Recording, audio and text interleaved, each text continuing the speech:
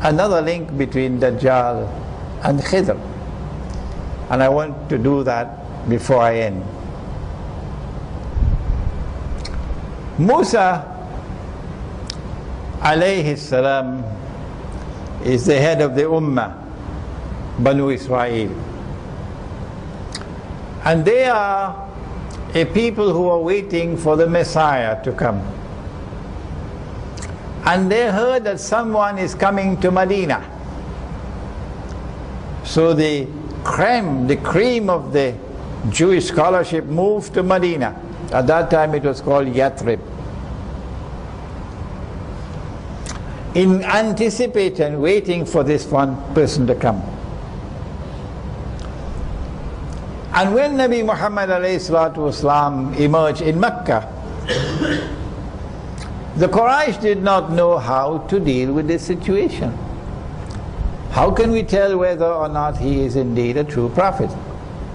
Let us send a delegation to Medina, at that time called Yathrib. And incidentally, I have just written, this book came from the printry only yesterday. Medina returns to center stage in Akhirul Zaman. And we have it here tonight. We also have it in Bahasa, Medina kembali ke persada tumpuan di akhir zaman.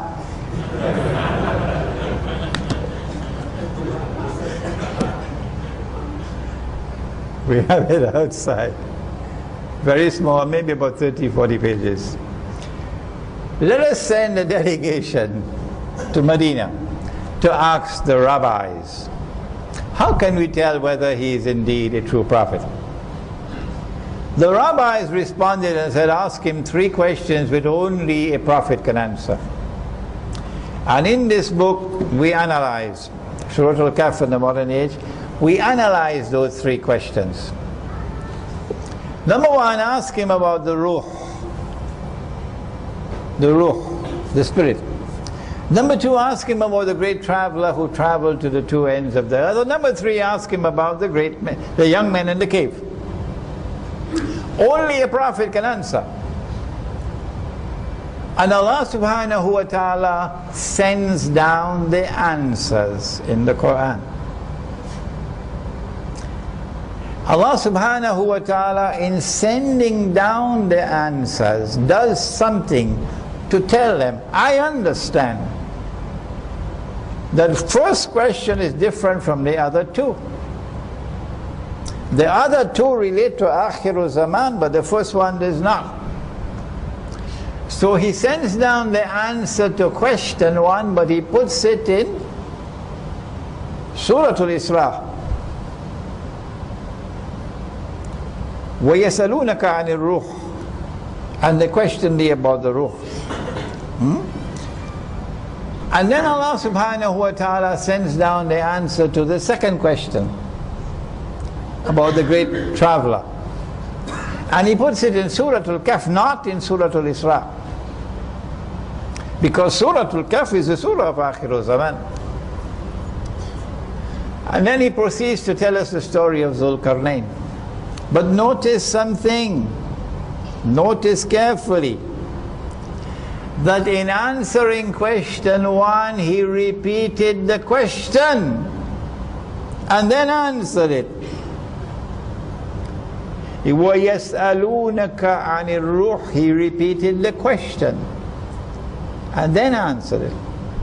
In answering question 2, he did the same thing. وَيَسْأَلُونَكَ عَنْ ذِي الْقَرْنَيْنِ, and they questioned thee about Zulkarnain, and then he answered it. And in answering question 2, they had only asked him about 2 journeys to the east and west. But Allah knew that the target of the question was the 3rd journey. And so he answered the question and gave the 3rd journey. And in giving the 3rd journey, he took them to Gog and Magog. That was the target of the question, Gog and Magog, who are major signs of the last day. And so obviously question 3 must also be connected to a major sign of the last day indirectly. But in answering question 3, Allah subhanahu wa ta'ala does not repeat the question. Why?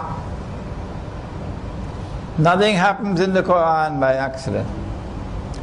I want to suggest to you that the target of the third question was Dajjal. And it is because Allah wanted to keep them guessing. Keep them guessing. He does not repeat the question. And in answering the question, He does not take them to Dajjal. And so the word Dajjal does not occur in the Quran. And the word Khidr does not occur in the Quran. And Imam al-Mahdi does not occur in the Quran. And the sign of all signs of Akhir Zaman, namely the return of Nabi Isa alayhi salam, that also is not stated plainly in the Quran. Why? Why? Answer: because Allah wants to keep them guessing. We will understand, but they will not. And so there is a link between Dajjal and Khidr alayhi salam.